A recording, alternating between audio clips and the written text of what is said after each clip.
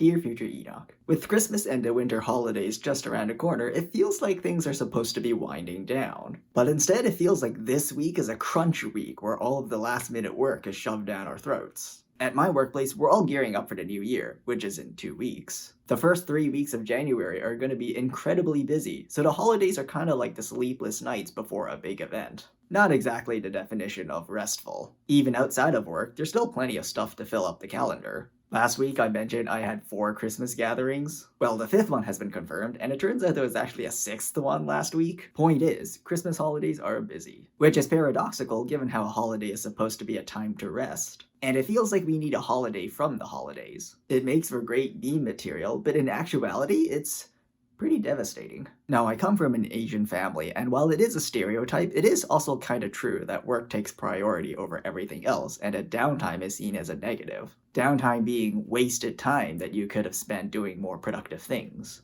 Like what? Dealing with the backlog of things you didn't do throughout the year so that the holidays become crunch time after the crunch time? Gee, you worked so hard during crunch time, I think you deserve more of it. So instead of that nonsense, I want to encourage you to find ways to rest. It seems trivial, but maybe you've forgotten how to rest, and that's probably the case. I just want to bring attention to this bizarre paradox, where a holiday season is seen as stressful when it should be a time of de-stressing.